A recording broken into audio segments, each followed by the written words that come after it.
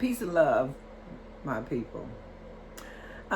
Today I'm going to talk about, I'm just going to put this out here. I just want to do this. Talk about determination, self-determination, and discipline. Are you a disciplined person all through your life? Because every era that's in your life, are you a disciplined person? I know that we are disciplined when we're going to get up in the morning and we're going to go to work and get that paycheck because we know we got to pay this bill. You got to pay your bills around here, and you got to live, you got to eat, you got to do what you got to do, what you like to do to have fun with. But being a disciplined person, we go to church, we read the Bible, we go to the temple, we read the Quran.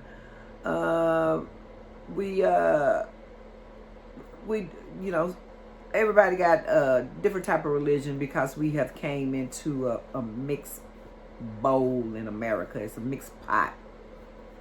And everybody's a little confused on what is what. So you can go to church and go to the temple and do all this and call on Jesus, call on Allah, call on Buddha, call on Jehovah, you can call on anybody that you want to call on. You really can. You're going to pray and call on it, but then when you get out of your prayer closet or you get out of your churches or your temple and you done that prayer, if you leaving that prayer just where it is for this person that's not there that you're praying to, is he going to come help you? Or is this going to be you doing the work? Let's think about that. Discipline. Because you can leave that, you can go and then, I'm okay, I just hope and pray that I get this car. Okay, so you walk out the door. Oh, God going to get the car for me. But you're not doing anything. You're not saving no money. You're not doing none of that. You're not getting your credit right. You're not doing none of that. You're not even asking nobody to buy you no car. You know that God gonna get it for you. Yeah, you gonna get it for yourself. Because he ain't gonna jump up out of the sky and say, here you go. Here you a brand new Mercedes. Here you go. Here's a brand new Porsche. Here you go. Here's a brand new Dodge. Here you go. Here's a brand new Chevy. Ain't gonna happen. Ain't nobody finna throw you no car out of the sky. It's not gonna happen. You gotta do it. This is why I'm talking about self. This is discipline. Discipline means so much. It means so much. You have to be disciplined in how you eat. Put that dang on bomb down while you talking to me right now. While you listening to me. You eating bonbons and chocolates and potato chips. Yeah, you do it all. Yeah, you do. And in your brain something is saying, I know I shouldn't be doing this. Or I know I should be doing this and saving this money instead of going here and buying this joint or going to get me a bottle of Christian Brothers. I don't know why I said Christian Brothers. Crown or vodka or something. I don't know where Christian Brothers come from. Anyway. I don't know. Discipline. It's hard to do. You go somewhere and you see a nice looking man, you be going like, God dang, ooh. Oh, same, vice versa with a man. See this woman, ooh. And know you got somebody at home. But you still go over there and tap in that. Discipline. We have lost our discipline. Before we came over here, we was way more disciplined than what we are now. It's just like Babylon up here. You do whatever you want to do. Okay. We gonna go get us some weed and we gonna have us a couple of more girls. We all gonna jump in this bed together. We gonna have a good time. Haven't I heard that? People telling me things. I'm going like. And then they talk about Babylon in the Bible, but don't you know about that? And then you doing all these different acts and stuff. Oh, you could be married and not married and have sex with anybody you want to have sex with, and all you have to do is ask for forgiveness. Yeah, of course you're gonna forgive yourself so many times. And then you talking about God is looking at you. So while you having sex with somebody, he's looking at you, and so you having sex in front of God. This person up in the sky. No. You having sex in front of your God, you. And you saying it is okay.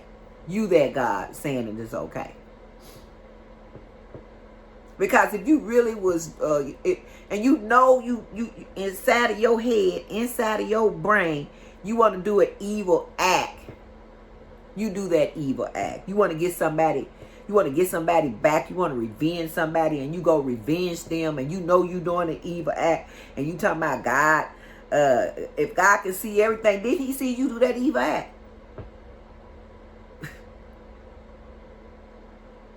Or is it you doing that evil act and you know you can get away with it because it's really you? You know there's nobody is going to punish you but yourself. Do you have discipline? Can you stop lying?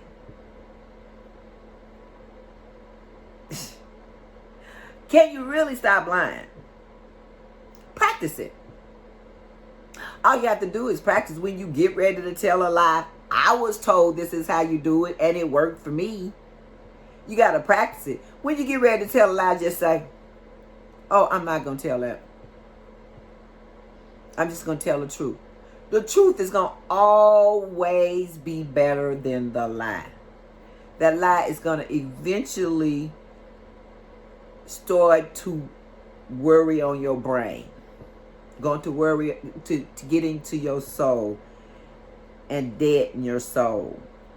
It's going to make you go to the lowest vibration that you can ever go to. Truth is going to take you to a high where you can see everything. Everything. Because you being honest and truthful. And the truth is there.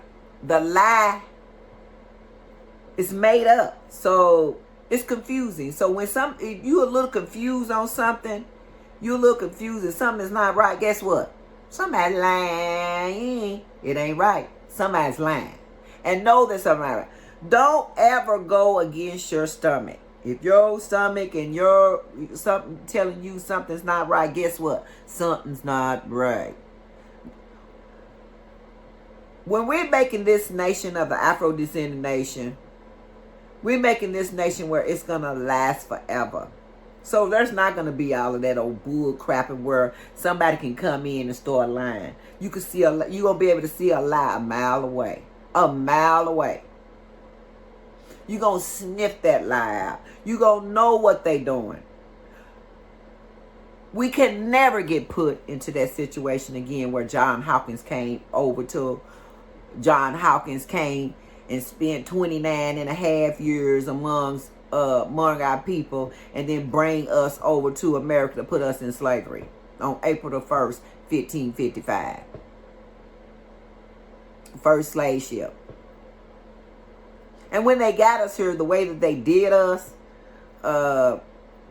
we had like the black people was like, they would crossbreed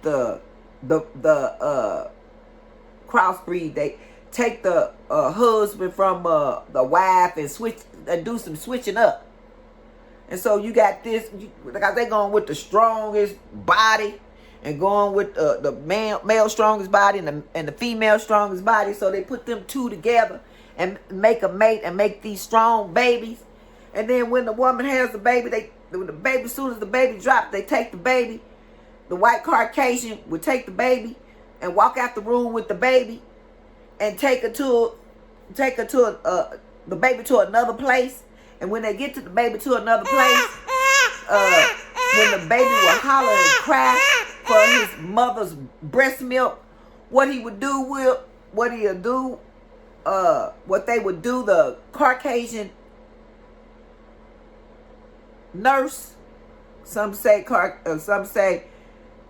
Some call them Caucasian, some call them white, some call them devils. It's your choice, whichever you want to call. But this is some devilish stuff that I'm finna get ready to talk about. So what she would do, she would slice a piece of pork, swine, fat, dip it in molasses, take it and put it in the baby's mouth, and the baby suck on it. And that's where the baby got their nutrition and food from. And then slice another piece. If that's not enough, slice another piece of swine and pork meat. Put it on the baby's soft spot and let it sit there until the baby start to bleed up in the soft spot. And then they take it off.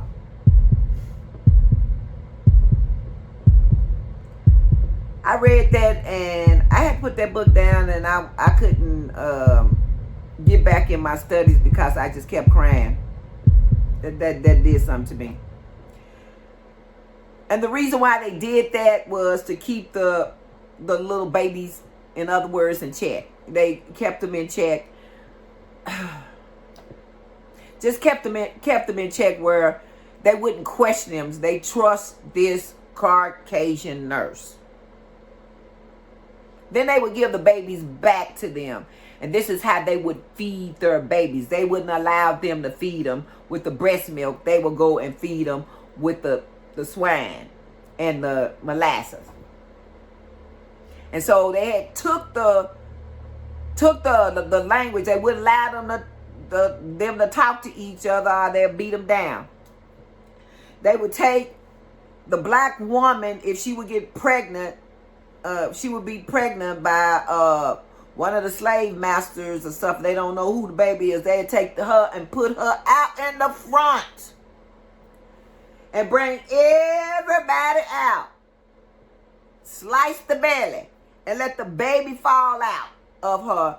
And she will holler and scream until she can't, and bleed out until she dies. And it would put fear in the little kids because they watching it. And the husbands and the black brothers are watching it. This fear was in our bodies. It stayed in our bodies from generation to generation to generation. And then they wouldn't allow us to read for 300. We didn't read for 300 years. If we were read anything, we would get beat down. So they taught us what they wanted us to know. And so when they took the Bible from us, they didn't do it in a spiritual, they didn't translate it in a spiritual way to us. They didn't tell us into a spiritual way.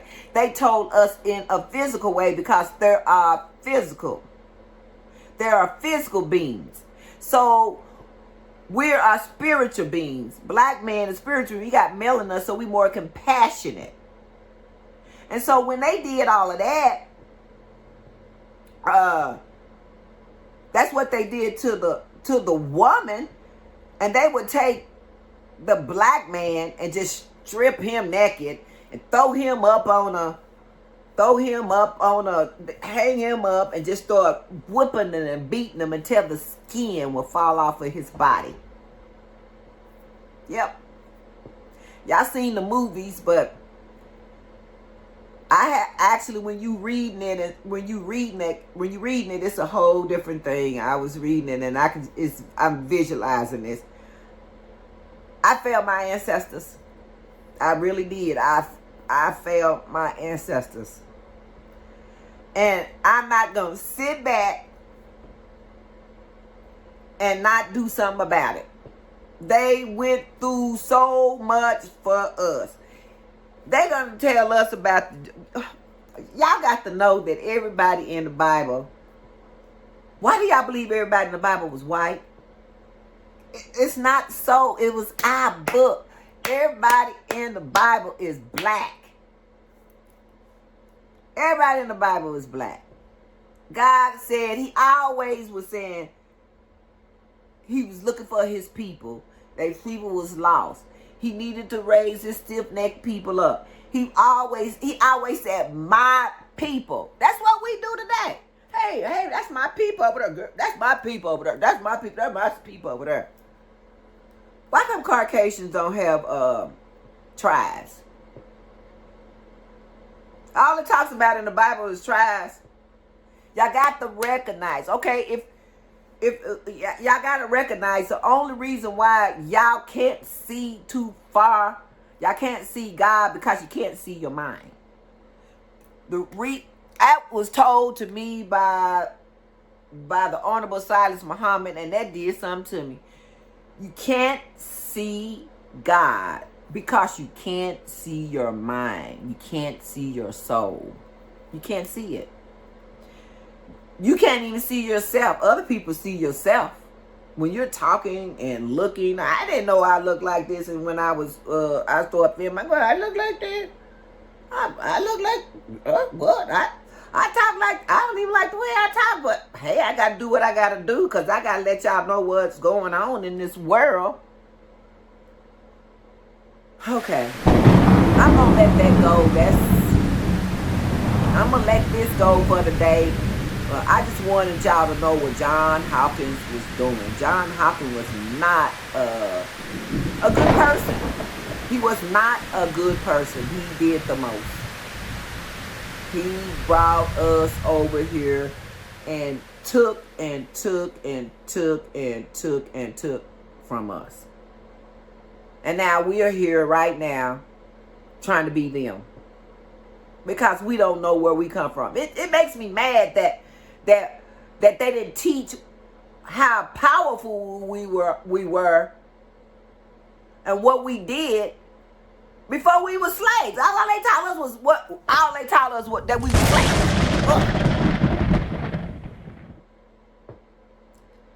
They washed all of that out of our system, all that out of our minds, all that out of our soul, and that's not a good thing. Not. Anyway, hit that button. Hit that button. Hit that button. Hit that button and subscribe to Sophia Shabazz channel, YouTube channel, and it's called Rise. Assalamu alaikum. Peace and love.